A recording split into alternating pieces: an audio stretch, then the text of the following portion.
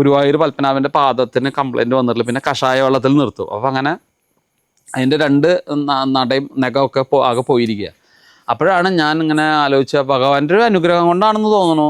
ആ പത്മനാഭൻ്റെ അടുത്ത് പോയി ഇങ്ങനെ ആലോചിച്ച് നിൽക്കുമ്പോഴാണ് തെർമൽ കോട്ടറൈസേഷൻ എങ്ങനെയുണ്ടാവും എന്ന് ആലോചിച്ചു. അങ്ങനെ ഞാൻ ആദ്യമായിട്ട് ലോകത്തിലാദ്യമായിട്ട് തന്നെ പറയാം, ക്രയോ സർജറി എന്നൊരു കണ്ടുപിടുത്തം എനിക്ക് 2010-11 കാലം. അപ്പോൾ ആ 11 കാലത്ത് ഞാൻ ക്രയോ സർജറി ചെയ്യുന്നത് ആദ്യം ചെയ്യുന്നത് പത്മനാഭനെയാണ്.